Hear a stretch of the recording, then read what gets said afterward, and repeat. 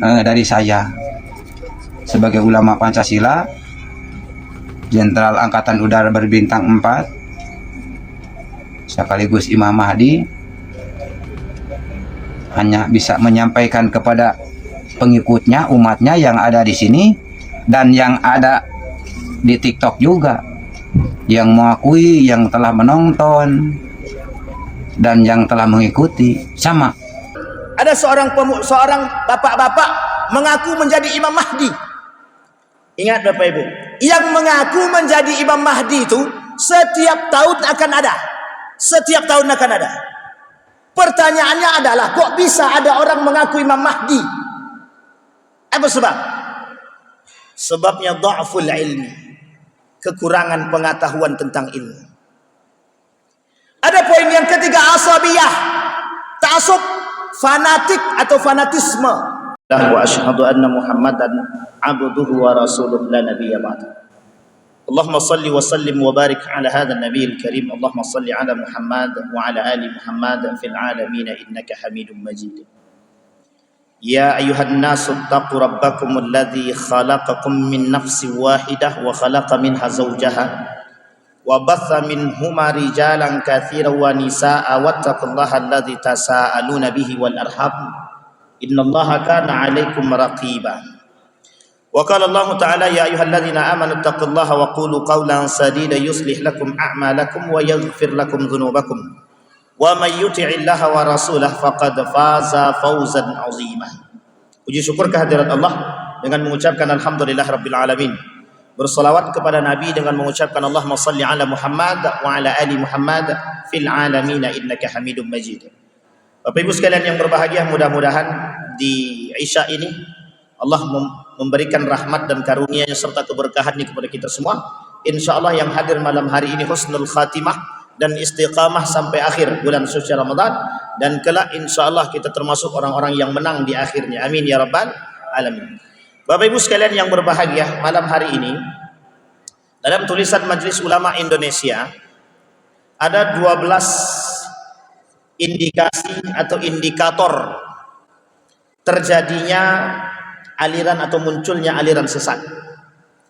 Di dalam website resmi Muhammadiyah, pimpinan pusat Muhammadiyah menuliskan dalam tulisannya ada 5 ciri atau 5 penyebab terjadinya penyimpangan akidah. 5 sebab terjadinya penyimpangan akidah. 2 hal ini, baik yang 12 dari aliran sesat Majelis Ulama Indonesia, begitu juga dari 5 yang disampaikan oleh Muhammadiyah dalam sebab terjadinya penyimpangan akidah. Ini kedua ini berkaitan, erat berkaitannya. Karena Bapak Ibu sekalian yang berbahagia, akhir-akhir ini penyimpangan demi penyimpangan itu sangat mungkin terjadi dan sangat bisa kita dapati dan mudah. Kasus-kasus dari tahun ke tahun selalu terjadi perkembangan dalam kasus-kasus kesesatan itu. Pertanyaannya adalah, mengapa kok bisa sesat? Pertanyaannya adalah, kok bisa terus berkembang aliran sesat? Kita ambil contoh yang sederhana. Pekanbaru ini da'inya banyak, tapi aliran sesat subur. Riau ini da'inya besar-besar, ulamanya terkenal, tapi begitu juga keseimbangannya itu ada. Aliran-aliran yang muncul juga aneh-aneh. Di Jawa itu banyak sekali para ulama-ulama ternama, tapi uniknya di tengah ulama-ulama yang alim, yang begitu tenar dengan ketenarannya, juga muncul aliran-aliran yang sesat. Dan ini sangat unik, perlu kita tinjau kenapa terjadi keseimbangan antara munculnya para ilmuwan-ilmuwan, para alim ulama, tapi juga di samping itu muncul para orang-orang pelaku aliran-aliran sesat. Atau sebaliknya, muncul orang-orang yang punya penyimpangan-penyimpangan dari segi akidah. Kita ambil contoh kasus yang sudah berlalu dan lama sekali. Muhammadiyah itu anti TBC, tahayul, bid'ah dan khurafat. Asbab munculnya aliran sesat dari sini juga. Tahayul, bid'ah, khurafat. Karena kata Nabi, subhat itu di akhir zaman banyak sekali. Subhat di akhir zaman itu banyak. Tidak akan terjadi hari kiamat sampai kalian lihat subhat-subhat, kata Nabi. Nah, Bapak Ibu sekalian yang berbahagia, di tengah berkembangnya aliran sesat dan penyimpangan-penyimpangan akidah, kita butuh kekuatan dan pemahaman tentang mengapa aliran sesat ini muncul, mengapa terjadi penyimpangan akidah. Kita harus paham, Pak. Karena yang ngomong bukan kita, para ulama. Dan uniknya, orang-orang yang terjebak dalam kasus-kasus kesesatan ini, mereka juga disodorkan, menurut mereka ada orang-orang alim yang berada di depan mereka.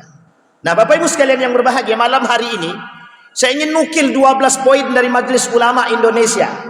Mudah-mudahan menjadi pengingat bagi kita semua, Bapak Ibu sekalian yang berbahagia. Di dalam tulisan seorang ulama menuliskan 12 kesalahan yang terjadi di bulan suci Ramadan. Tidak hanya Ramadan, bahkan terjadi dalam persoalan ibadah. 12. Kita tak sebutkan 12-nya. Poin yang pertama, kesalahan yang pertama, kata ulama tersebut, kebodohan atau kurangnya ilmu terhadap pemahaman agama yang benar, akidah yang benar. Saya ulangi sekali lagi, Bapak Ibu. Kata para ulama, 12 penyebab terjadinya kesalahan dalam ibadah. Satu di antara 12 itu, yang pertama, nuqsanul ilmi, kurangnya pemahaman. Dalam aspek apa? Kurangnya pemahaman dalam aspek agama dan terjadinya kekurangan atau pemahaman terhadap akidah yang benar. Ini perlu digarisbawahi. Bapak Ibu sekalian yang berbahagia, seberapa penting ilmu itu dalam ibadah? Ini kita kuliti dulu.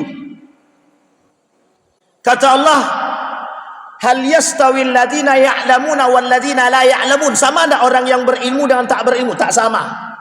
Tidak sama sama sekali. Orang beribadah dengan ilmu lain tingkatannya, Pak, pahalanya pun berbeda. Beribadah tanpa ilmu ada dua kemungkinan. Yasbut yasir, tetap atau menyimpang. Jadi orang yang beribadah tanpa ilmu itu ada dua kemungkinan. Dia tetap pada pondasi dia atau dia akan menyimpang. Kalau lurus betul itu tidak mungkin, lambat, Pak. Makanya berilmu dalam ibadah itu penting. Kata para ulama, orang yang berilmu, orang yang beribadah tanpa ilmu akan condong kepada kesesatan dan penyimpangan pemahaman. Kita ambil contoh. Ini kita ambil contoh. Ada orang yang bilang sholat tarawih 4-4-3 sesat. Ada yang bilang ada. Jangan bilang tak ada. Kita khatamkan itu, Pak, bacaannya itu. Ada yang bilang 4-4-3 itu tidak sunnah sama sekali. Dha'ful ilmi, kekurangan ilmu. Masyarakat yang mencerna, yang belum mengerti secara baik, itu akan terpengaruh. Sehingga dia kata yang melakukan 4-4-3, ini tidak punya ilmu, tanpa dasar. Mereka kata tidak sunnah itu. Jangan tersinggung. Karena ini saya perlu luruskan, Pak, penting. Kenapa penting? Ada dasar yang harusnya ada. Jadi pelajari betul tentang hadis tarawih itu. Pelajari betul tentang hadis qiyamul lail. Baru kita tahu sejauh mana ilmu kita dan akal kita mampu mencerna. Itu poin utama. Yang kedua, kenapa sebegitu pentingnya ilmu dalam ibadah? Perhatikan baik-baik. Persoalan tarawih kita tidak jauh, Pak, tidak keluar daripada tarawih. Persoalan tarawih. Kata Umar bin Khattab yang dikatakan dengan tarawih itu 23 rakaat. Umar lakukan dalam jangka waktu 3 jam. Pertanyaannya, jika sholat tarawih dilakukan dalam 23 rakaat terjadi dalam 10 menit. Pertanyaan saya adalah, apa yang mereka baca? Bagaimana bentuk sholatnya? Bukankah dalam sholat itu disebut dengan tarawih? Sholat tarawih itu namanya sholat santai. Sholat sambil beristirahat. Itu satu. Sampai sini belum masuk poinnya, Pak. Yang kedua, sholat dalam 23 rakaat 10 menit. Pertanyaannya, apa yang dibaca? Di mana letak tumakninahnya? Tidak dapat poinnya, Pak. Ini perlu apa? Perlu ilmu. Tapi ingat, yang mengikuti salat seperti ini berapa banyak? Lebih banyak daripada yang ikut seperti ini sekarang. Ribuan dalam salat yang seperti itu. Pertanyaannya, adakah penyimpangan pemahaman atau bisakah kita katakan sesat? Bentar dulu, jangan cepat-cepat sesatkan. Tapi kalau kita katakan penyimpangan pemahaman, sangat mungkin sekali, Pak. Apa sebabnya? Dha'ful ilmi, kurangnya pengetahuan. Oh, kok sebegitu pentingnya? Penting sangat. Ada orang beribadah, mohon maaf, seorang imam jadi imam. Kata para ulama dan kata Nabi, yang berhak jadi imam itu siapa? Orang yang akra. Diterjemahkan oleh para ulama, siapa akra tersebut? Akra di sini bukan hanya sekedar bisa membaca Al-Quran, bagus bacanya, bukan. Kalau diterjemahkan kata Imam Nawawi secara detail, orang yang mengerti ilmu agama, mengerti Al-Quran, paham dan bisa menjalankan isi Al-Quran. Lah kalau kita cari yang begitu, berapa banyak yang kita temukan manusia yang seperti itu? Tidak banyak, Pak. Sampai di sini bisa dipahami, Bapak Ibu. Poin pertama. Sehingga kata Muhammadiyah di dalam tulisan Muhammadiyah, website resminya Muhammadiyah, ada 5 poin terjadi penyebab penyimpangan akidah. Ini sekarang penyimpangan akidah. Poin pertama, kata para ulama Muhammadiyah mengatakan, poin pertama, pemahaman yang kurang terhadap akidah sahih. Kurangnya pemahaman terhadap akidah yang benar. Yang kedua, dha'ful ilmi, ada kesamaan. Dari yang tadi terjadinya kesalahan-kesalahan dalam ibadah dan kesalahan-kesalahan terhadap penyimpangan akidah. Satu di antara dua yang kita bacakan tadi, satu, kurangnya pemahaman akidah yang sahih. Yang kedua, dha'ful ilmi, kurangnya ilmu. Sekarang kita runut, Pak. Baru-baru ini muncul ada seorang bapak-bapak mengaku menjadi Imam Mahdi. Ingat Bapak Ibu, yang mengaku menjadi Imam Mahdi itu setiap tahun akan ada. Setiap tahun akan ada. Pertanyaannya adalah, kok bisa ada orang mengaku Imam Mahdi? Apa sebab? Sebabnya dha'ful ilmi, kekurangan pengetahuan tentang ilmu. Ada poin yang ketiga, asabiyah, ta'assub, fanatik atau fanatisme. Yang ketiga, terjadinya penyebab atau sebab terjadinya penyimpangan, fanatisme. Perhatikan, yang mengaku Imam Mahdi ini itu bukan tidak punya pengikut, ratusan pengikutnya, Pak. Ratusan.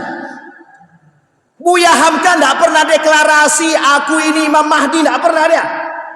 Bahkan Buya Hamka tidak punya pengikut tetap. Ini yang ngaku Imam Mahdi punya pengikut tetap. Pertanyaannya adalah, kok bisa seperti ini dan mengapa ada orang yang bisa percaya? Dha'ful ilmi, fanatisme, kurangnya pengetahuan akidah yang sahih. Terkait Imam Mahdi ada kaitannya dengan akidah? Ada. Akidahnya orang muslim, akidahnya orang beriman seperti apa terhadap Imam Mahdi? Nah, ini poin penting, Pak. Dan ini pembahasan khusus.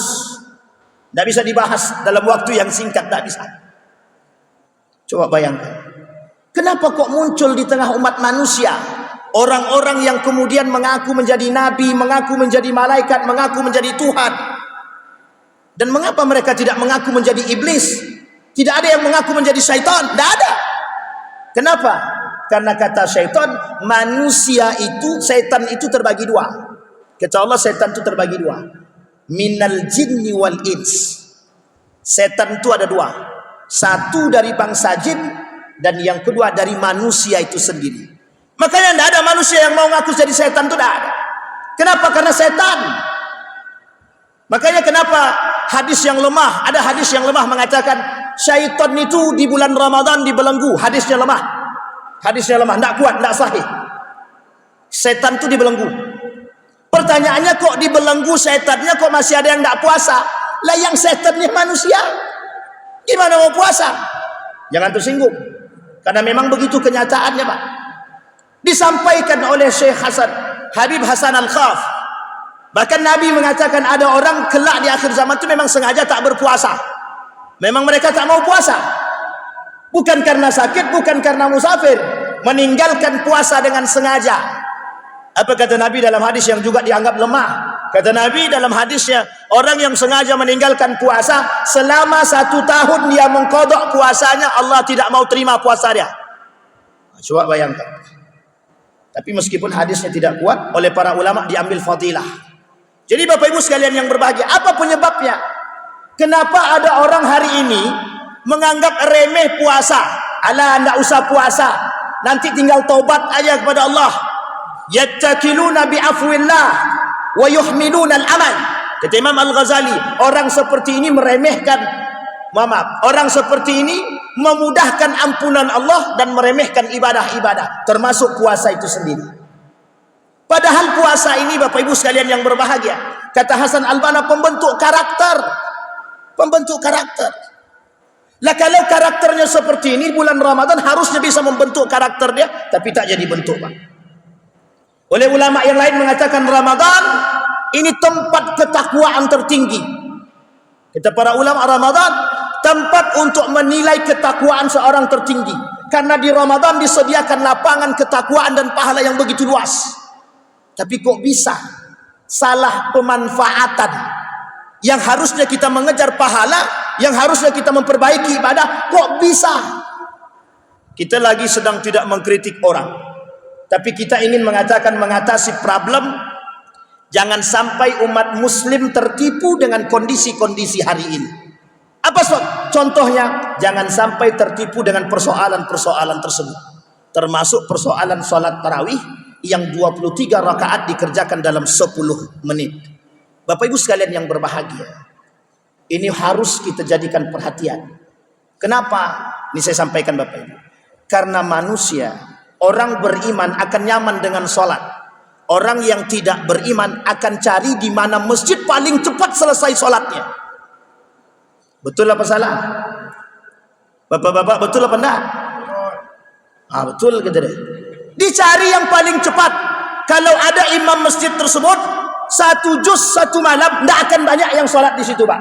Ilaman rahimah Rabbi, ilaman amana billah. Kecuali orang beriman, kecuali orang yang betul-betul mendapatkan rahmat. Kalau tidak, la ilaha illallah, panjangnya lagi sholat nih, kata dia. Untung tak dibuat imam tadi sholat surat Al-Baqarah. Kalau sempat dibuatnya Al-Baqarah kayak baginda Nabi Muhammad SAW. Sholat subuhnya, rakaat pertama Al-Baqarah, rakaat kedua dibuatnya Ali Imran. Kalau sempat begitu, orang dah pulang daripada suruh pun Nabi masih sholat subuh, baru rakaat pertama itu. Coba bayangkan. Tapi kata Nabi, itu Nabi. Yang di belakang Nabi sholat siapa? Para sahabat. Semakin panjang sholat itu semakin senang. Tapi sekarang tak begitu, Pak. Makanya mohon maaf, kenapa yang 23 rakaat dalam 10 menit itu laku? Karena orang pengen cepat. Pengen cepat sholatnya. Nah, ini tak sejalan, Pak, dengan makna sholat tarawih. Makna tarawih itu artinya sholat dengan sambil santai dan beristirahat. Makanya 2 istirahat. Tapi kenapa Muhammadiyah 443? Ada latar belakang? Ada. Dari hadisnya Aisyah, kuat. Hanya saja para ulama mengatakan hadis ini untuk salat witir. Yang penting bukan witirnya. Nabi cuma katakan dalam hadisnya bukan tarawih. Yang disebutkan Nabi dalam hadisnya man qama ramadana imanan wa ihtisaban. Apa arti qama? Menghidupkan malam. Maka kata para ulama, perbedaan pendapatnya terletak pada kalimat qiyamul lail. Ini poin penting, Pak. Jadi jangan salah paham. Bukan berarti Muhammadiyah melakukan itu tanpa dasar. Muhammadiyah ini melakukan ijtihadnya, Bapak Ibu, bukan sebentar. Muhammadiyah ini berdiri 1900 berapa, Bapak Ibu, ada yang tahu? 12. Indonesia belum merdeka. 1926 baru berdiri Nahdlatul Ulama. 1926 baru berdiri Pondok Pesantren Darussalam Gontor yang belajar kepada Pondok Pesantren Muhammadiyah. Jadi ijtihadnya bukan tanpa sebab. Ijtihadnya dengan ilmu, tidak sembarangan. Baik, itu poin yang ketiga. Maka dalam terjadinya penyimpangan akidah, itu yang pertama, kurang pemahaman akidah yang benar. Itu terjadinya kenapa khurafat, tahayul, bid'ah itu orang yang kurang memahami tentang akidah sahih, akidah yang benar. Yang kedua, dha'ful ilmi, kurangnya ilmu. Kenapa terjadi kurangnya ilmu? Tak mau belajar. Bapak Ibu sekalian yang berbahagia, menuntut ilmu agama wajib bagi siapapun. Ilmu agama ini wajib bagi siapapun. Mau dia nanti latarnya ekonom, mau dia teknik sipil, kedokteran, dokter gigi, dokter hewan, dan dokter apapun, belajar ilmu agama wajib. Yang lain daripada itu ilmunya sunnah muakkadah. Bahkan ada yang mengatakan fardu kifayah. Kenapa begitu? Karena ilmu agama di atas segalanya. Kenapa terjadi penyimpangan? Dha'ful ilmi. Yang ketiga, asabiyah, fanatisme. Yang terjadi hari ini, Bapak Ibu sekalian yang berbahagia, itu bukan fanatik agama, tapi fanatik golongan dan fanatik kepada orang. Kita ambil contoh. Kenapa tahun kemarin ada orang yang menelpon Tuhan, menentukan Idul Fitri, dia telepon Tuhan. Kenapa pengikutnya ratusan? Itu bukan fanatik terhadap agama, fanatik terhadap orangnya. Bukan berpikir dengan ilmu, bukan, tapi karena orangnya. Sama yang terjadi hari ini, yang mengaku Imam Mahdi, itu bukan karena agama, bukan karena golongan, tapi karena personnya, Pak, karena individunya. Maka hari ini Bapak Ibu banyak kita temukan orang-orang yang fanatik terhadap golongan dan fanatik terhadap orang, manusia. Saya termasuk orang yang tidak sepakat takzim yang berlebihan kepada orang-orang atau kepada manusia. Karena ditakutkan akan terjerumus dalam dua hal. Kalau tidak benar hati dia akan terjerumus dalam takdisun nas, mensucikan manusia melebihi Tuhan, syirik. Hati-hati, Pak. Maka mohon maaf, saya termasuk orang yang tidak sepakat dengan hal-hal demikian. Karena kita perlu menjaga hati. Kita perlu menjaga kebenaran hati, Pak. Hati-hati terjerumus dalam persoalan-persoalan demikian. Nah, maka kata para ulama, ta'assub terhadap agama itu ada dua. Satu, ta'assub bil ilmi. Yang kedua, ta'assub bila ilmi. Yang dibenarkan ta'assub atau asabiyah dengan ilmu. Sebelum saya tutup Bapak Ibu sekalian yang berbahagia, maka asabiyah dengan ilmu itu dibenarkan. Kalau kita ta'assub fanatik dengan agama, terhadap agama dengan ilmu, itu dibenarkan.